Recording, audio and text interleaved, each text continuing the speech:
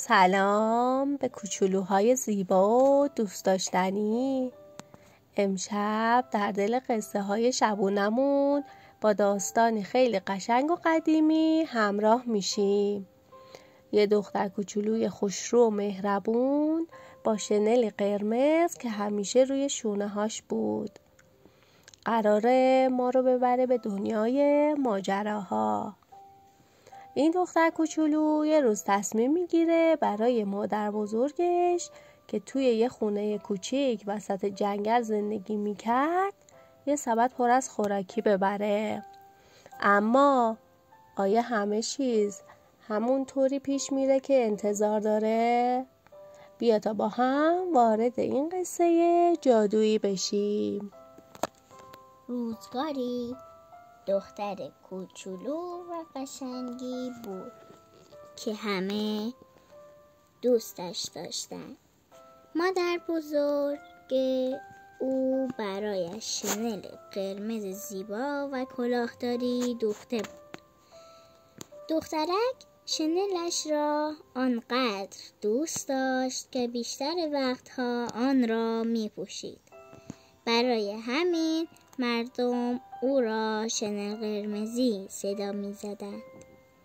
یک روز مادر شنل قرمزی از او خواست برای مادر بزرگش که مریض شده بود مقداری میوه و یک بطری انگور ببرد. او به دخترش گفت توی راه نایست، با غریبه ها حرف نزن و زود به خونه برگرد. شنل قرمزی سبدش را برداشت و با خوشحالی به راه افتاد. وقتی به میان جنگل رسید با دیدن گلهای زیبایی که سر راهش بودند حرفهای مادرش را فراموش کرد. او ایستاد تا برای مادر بزرگش گل بچیند. درست همان موقع گرگ حیله‌گری از راه رسید و در حالی که لبخند میزد به شنل قرمزی گفت سلام دختر قشنگ، با این سبد بزرگ کجا میری؟ شنل قرمزی بدون آنکه فکر کند جواب داد دارم برای مادر بزرگم که مریض شده میوه و آب انگور میبرم. گرگ گفت آه پیرزن بیچاره، بگو ببینم خونه مادر بزرگت کجاست؟ شنل قرمزی که از نقشه گرگ بیخبر بود جواب داد خونه مادر بزرگم کنار اون 3 درخت بلوط.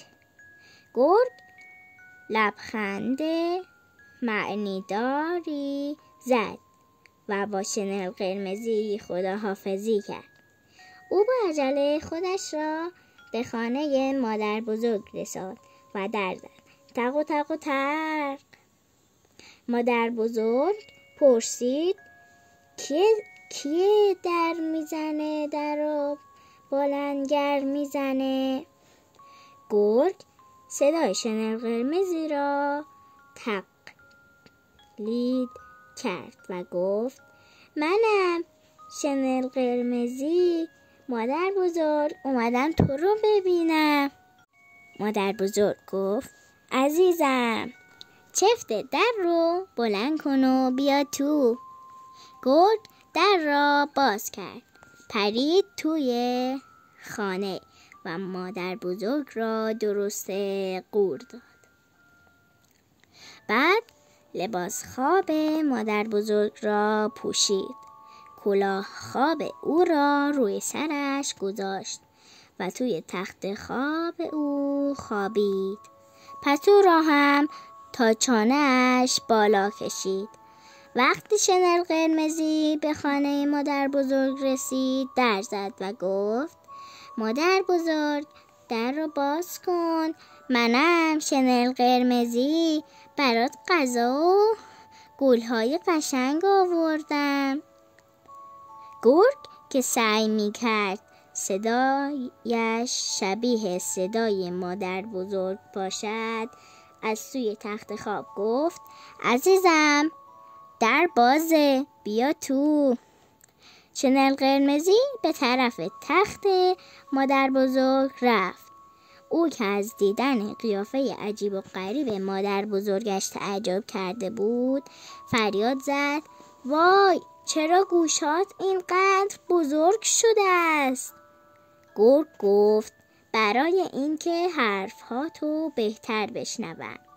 شنل قرمزی با تعجب گفت: مادر بزرگ، چرا چشمات اینقدر بزرگ شده؟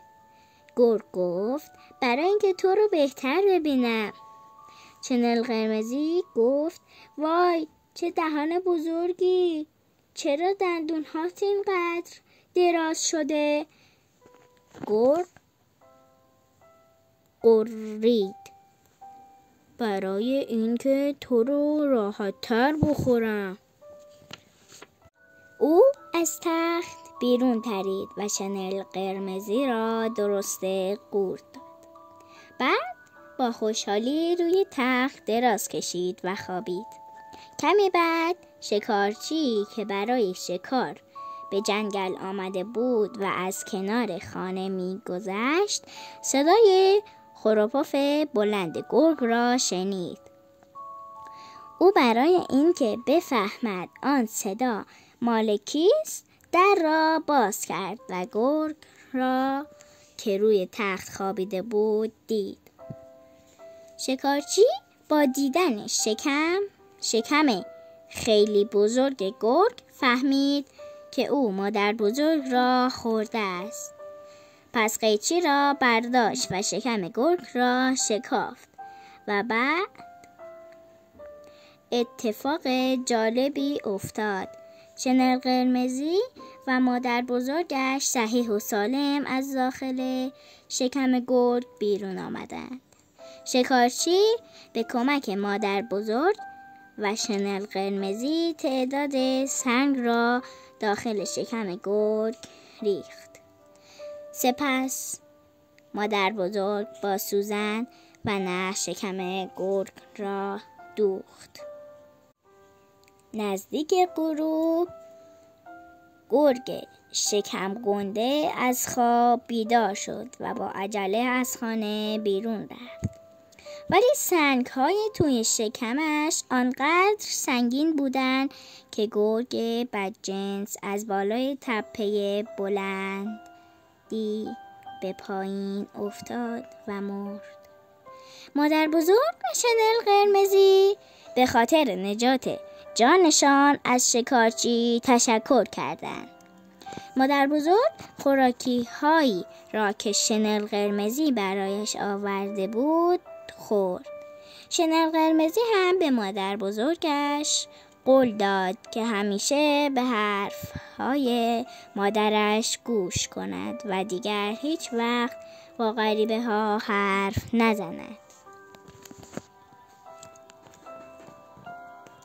از اون روز به بعد شنل قرمزی دیگه هیچ وقت از راه اصلی خارج نشد. او یاد گرفت که گوش دادن به حرفهای مهربون مامانش یعنی امنیت و اینکه بعضی گرگ‌ها ممکنه ظاهر فریبنده‌ای داشته باشند اما دل خوبی ندارند. مادر بزرگ با لبخندی مهربون شنل قرمزی رو بوسید و گفت: تو حالا نه فقط یه دختر شجاعی بلکه خیلی هم باهوش شدی. و اون شب توی خونه گرم مادر بزرگ صدای خنده و شادی شنل قرمزی پیچید و اینطوری قصه‌مون با خوبی و مهربونی تموم شد.